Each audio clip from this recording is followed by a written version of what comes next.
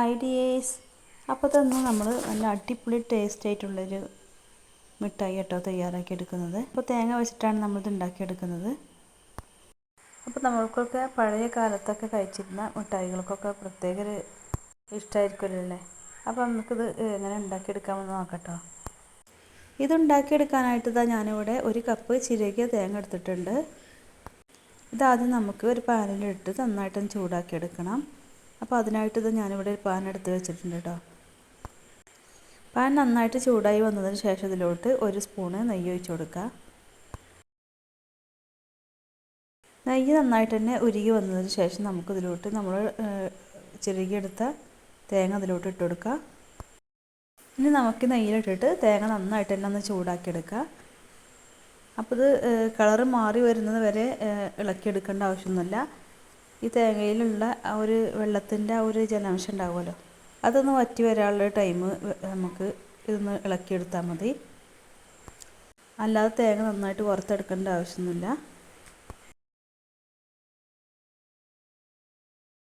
അപ്പോൾ നന്നായിട്ട് തന്നെ ചൂടാക്കി എടുത്തിട്ടുണ്ട്. ഇനി നമുക്കിതിവിടെ മാറ്റി വെക്കാം.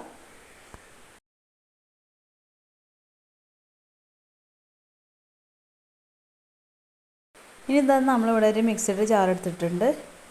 ചെറിയ ജാറാണ് ഇട്ട് കൊടുത്തിട്ടുള്ളത്. ഇതിലോട്ട് നമ്മൾ കുറച്ച് കശുവണ്ടിയും അതേപോലെ തന്നെ ബദാമും ഇട്ട് കൊടുത്തിട്ടുണ്ട്. ഇത് നമുക്കൊന്ന് പൊടിച്ചെടുക്കാം. ജസ്റ്റ് ഒന്ന് ക്രഷാക്കി കൊടുത്താൽ മതി. അപ്പോൾ ഇത് നമുക്ക് നിർബന്ധമായിട്ടും ചേർത്തെടുക്കേണ്ട ആവശ്യമൊന്നുമില്ല കേട്ടോ. നമ്മൾ തേങ്ങ വെച്ചിട്ട് മാത്രം നമുക്ക് ഇതുപോലെ ഉണ്ടാക്കിയെടുക്കാം.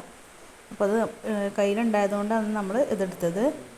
അപ്പോൾ ഇതൊന്ന് ക്രഷാക്കി എടുത്തതിന് ശേഷം നമുക്കിതിലോട്ട് നമ്മൾ വറുത്തെടുത്ത ചൂടാക്കിയെടുത്ത തേങ്ങ ഉണ്ടല്ലോ, അത് ഇതിലോട്ട് ഇട്ട് കൊടുക്കുക. അപ്പോൾ ബദാമും കശുവണ്ടിയും നന്നായിട്ടൊന്ന് പൊടിച്ചെടുത്തിട്ടൊന്നുമില്ല, ജസ്റ്റ് ഒന്ന് കറക്കി എടുത്തിട്ടുള്ളൂ. അപ്പോൾ ഒന്നും കൂടെ ഒന്ന് പൊടിഞ്ഞ് കിട്ടാണ്ട് കേട്ടോ. അപ്പോൾ നമ്മൾ ഈ ഒരു തേങ്ങയും കൂടെ ഒന്ന് ജസ്റ്റ് ഒന്ന് ക്രഷാക്കി എടുക്കുമ്പോൾ ഒന്നും കൂടെ ഒന്ന് പൊടിഞ്ഞോളൂ കേട്ടോ.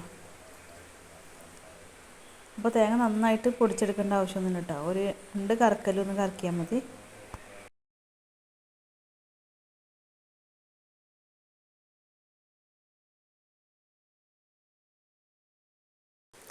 അപ്പോൾ അത് 2 കറക്കലൊന്ന് കറക്കിയിട്ടുണ്ട് കേട്ടോ. അപ്പോൾ ഈ ഒരു രീതിയിൽ പൊടിഞ്ഞാൽ മതി, നന്നായിട്ട് പൊടിഞ്ഞ് വരേണ്ട ആവശ്യമില്ല കേട്ടോ. ഇനി ഇത് നമുക്കിവിടെ മാറ്റി വെക്കാം. അപ്പോൾ അത് നമ്മളിവിടെ ഒരു ബൗൾ എടുത്ത് വെച്ചിട്ടുണ്ട്.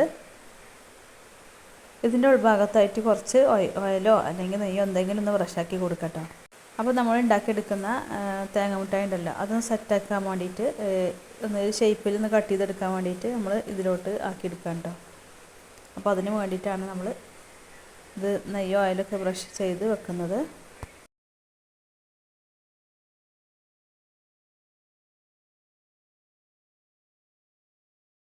അപ്പോൾ ഇത് അതേ പാൻ തന്നെ നമ്മൾ വീണ്ടും ചൂടാക്കാനായിട്ട് വെച്ചിട്ടുണ്ട്. ഇതിലോട്ട് നമുക്ക് ഒരു 1/4 കപ്പ് പഞ്ചസാര ഇട്ട് കൊടുക്കാം. ഇനി നമുക്കിതിലോട്ട് 1 കപ്പ് വെള്ളം കൂടെ ഒഴിച്ചെടുക്കാം കേട്ടോ.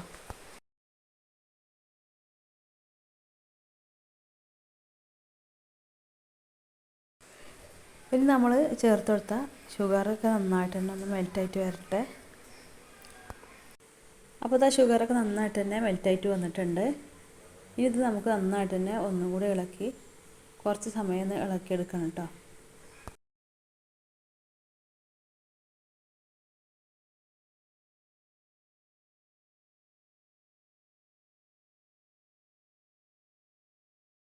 ചെറിയ നൂൽ പരുവമാകുന്നത് വരെ നമുക്കിത് ഇളക്കിയെടുക്കണം. അപ്പോൾ അതിലോട്ട് നമ്മൾ ഒരു 1/2 ടീസ്പൂണ് എള്ള് ചേർത്ത് കൊടുക്കുന്നുണ്ട് കേട്ടോ. പിന്നെ ഒരു 1/4 ടീസ്പൂണ് മഞ്ഞൾപ്പൊടിയും കൂടെ അതിലോട്ട് ചേർത്ത് കൊടുക്കുകയാണ്.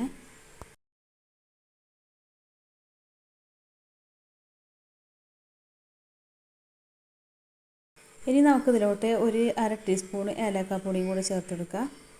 എന്നിട്ട് നന്നായിട്ട് മിക്സാക്കി എടുക്കുക കേട്ടോ. നന്നായിട്ട് ഒന്നും കൂടി ഇളക്കി എടുത്തതിന് ശേഷം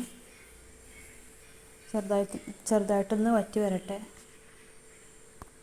ഇത് നൂൽ പരുവത്തിലായി വരുന്ന സമയത്ത് നമുക്ക് ഇതിലോട്ട് തേങ്ങ ഇട്ട് കൊടുക്കാം. അപ്പോൾ ലോ ഫ്ലെയിമിലോട്ടാക്കി കൊടുത്തതിന് ശേഷം വേണ്ടത് ഇത് നന്നായിട്ട് ഇളക്കിയെടുക്കാൻ.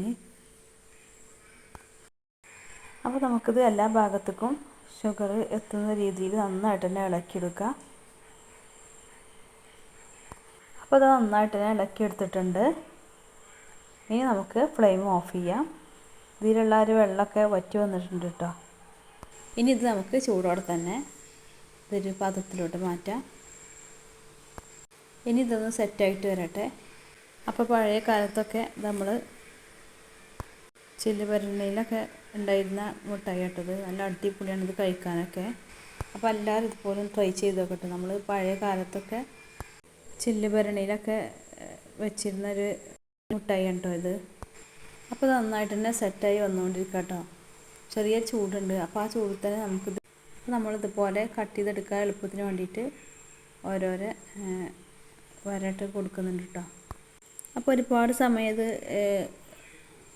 വെയിറ്റ് ചെയ്ത് വെക്കേണ്ട ആവശ്യമൊന്നുമില്ല. പെട്ടെന്ന് തന്നെ അത് സെറ്റായി കിട്ടും. അപ്പോൾ നല്ല അടിപൊളിയായിട്ടുള്ള തേങ്ങാ മുട്ടായി ഇവിടെ റെഡി ആയിട്ടുണ്ട്. നല്ല അടിപൊളി ടേസ്റ്റാണ്. അപ്പോൾ കുട്ടികൾക്കും എല്ലാവർക്കും ഒരുപോലെ ഇഷ്ടപ്പെടും. മറ്റൊരു പുതിയ വിഭവമായിട്ട് വീണ്ടും വരാം. Okay, thank you.